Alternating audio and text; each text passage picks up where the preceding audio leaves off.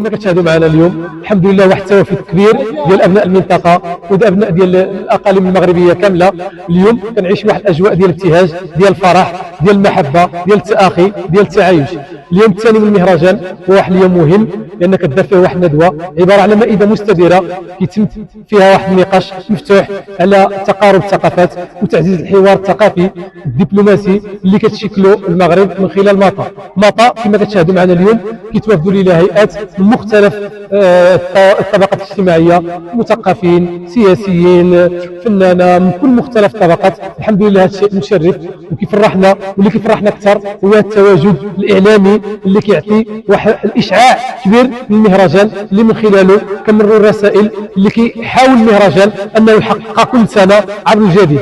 الشعار ديال الدوره كما كتعرفوا جميعا هو فضاء تراث لا مادي اصيل وفضاء لتبادل الثقافات الانسانيه. هذه الثقافات الانسانيه اللي كنركزوا فيها على الجانب الروحي نظرا لان ماطا عندها ارتباط كبير بمقام قطب من عاد السلام المشيش، والدعوه المشيشيه الشاذليه هي واحد الدعوه ديال التعايش، ديال المحبه، ديال الاخاء ما بين مختلف قارات العالم. شكرا جزيلا.